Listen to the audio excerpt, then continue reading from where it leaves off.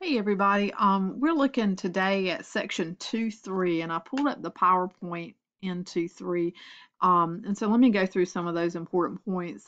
We have a lot of different ways to find limits. We talked about um, last class how to find limits using these different techniques.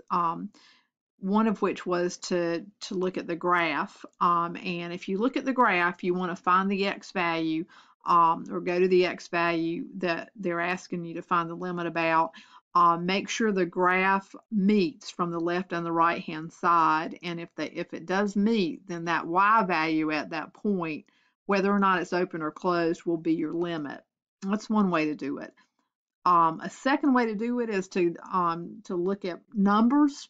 So you look at points at different x values that are close to the x value about which you're finding the limit from the left and from the right, and you plug those numbers into your function and see what the y values are trending towards.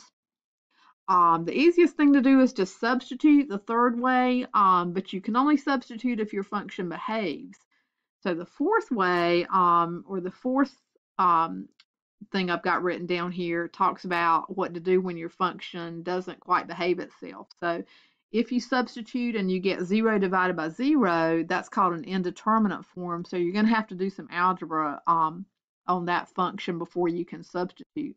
So we have several different algebraic techniques that we use to try to get our limit. One method is to factor and cancel. Another way is that if you have a radical in your problem, you can rationalize. And a third way is if you have a fraction in your problem, then you can multiply by the least common denominator. So let's look at the first problem. The first problem, I'm going to try to substitute because I don't know if I've got a problem yet or not. So let's say I want to substitute, or you probably should always start out by trying to substitute. So if I'm going to substitute, I get 2 squared minus 7 times 2 plus 10 divided by 2 minus 2. And that gives me, you can tell I get 4 minus 14, which is negative 10 plus 10. So I get a 0 in the numerator. And 2 minus 2 is 0, so I get a 0 in the denominator. Okay, so I got to think of something to do with this one because that's not an answer. So what I can do with this problem is I can factor. So if I factor, I get x minus 2 times x minus 7 times x minus 5 in the numerator, and I have x minus 2 in the denominator. And you see that I can, now that I've got it factored, I can cancel out my x minus 2, and that gives me x minus 5, which is a simplified version of my function. So now I try substituting into that. So if I substitute my 2 into that, I get 2 minus 5, or negative 3 for my answer. So that's one way to try to find a limit. So this problem has a radical in it. Again, if I try substituting into my function, because it may work, I plug my negative 1 in wherever I see x.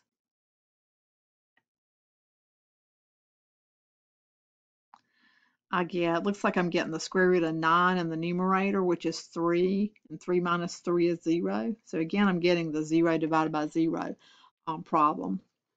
So what I want to do is to try to simplify that. So I'm going to take my problem, I'm going to write the same thing back down again, and I'm going to have to do a technique called rationalizing.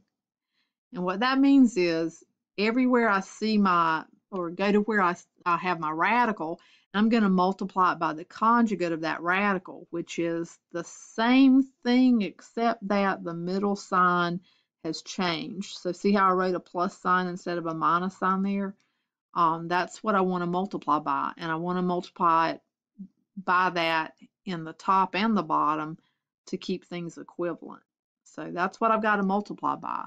So if I multiply my original blue function by what we call the conjugate, which is the part in red, you notice that I have just changed from a minus sign to a plus sign here. So if I multiply, then it's really easy. All I've got to do is multiply the two first terms together, which means that the square roots are going to cancel. So I just have x squared plus 8.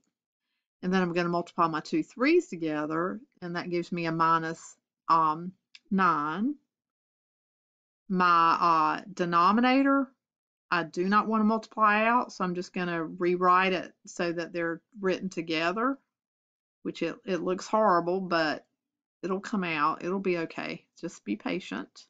So when I do that, my numerator simplifies to x squared minus 1. And my denominator, I'm just going to put ditto marks there. My denominator is horrible looking, but things are going to get better in just a few minutes. So hang on.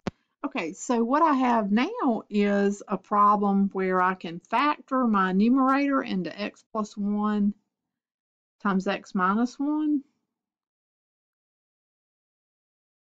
And then this denominator, x plus 1 over the radical stuff, shows me that I can cancel out since I've factored it. So my problem now simplifies to x minus 1 over the radical expression, the square root of x squared plus 8 minus, or not minus, but plus 3.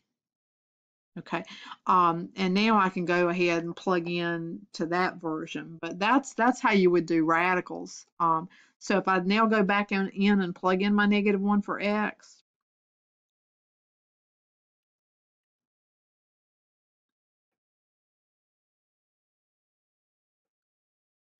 I would get -2 in the numerator, and it looks like I'm going to get the square root of 9, which is 3. 3 plus 3 is 6, which would give me, basically, when I simplify, a -1/3 for that limit.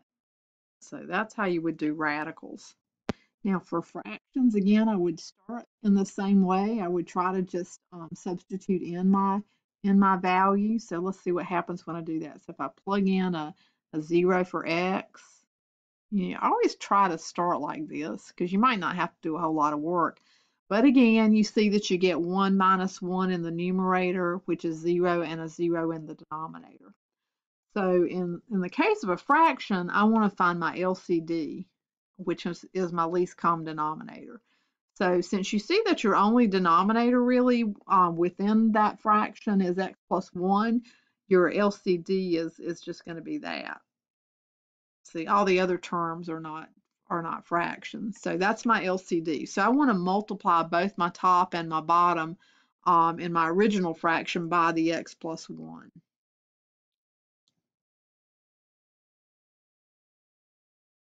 Okay, so when I do that, so let me go ahead and put this up here at the top here so that I can do that pretty quickly instead of having to write so much. So I'm going to multiply the top and the bottom by x plus 1.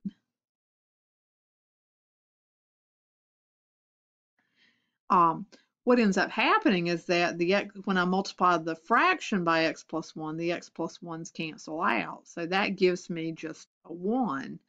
But when I multiply the minus 1 by x plus 1, I get minus x plus 1. Nothing cancels there. And when I multiply the denominator by x plus 1, I get x times x plus 1. Okay, so that's something I got to simplify. So if I simplify that, so if I try to simplify that, distribute your minus, and you get 1 minus x minus 1. And don't do anything with the denominator because you're hopefully going to be able to cancel something. You see your 1's cancel in the numerator, so you simplify that to -x over x times x plus 1. And then your x's cancel in your numerator, and that simplifies to -1 over x plus 1. Now go back and try to plug in the 0 here, and you should be able to do it. So -1 over 0 plus 1 gives me a -1 for my answer. And that's how you would calculate that limit. So we learned 3 different ways to try to use some algebra on these functions to get our limits. One way we're factoring and canceling. The second way we are trying to rationalize. That's when we have radicals. And the third way, if you've got fractions, is try to multiply the numerator and denominator by the least common denominator.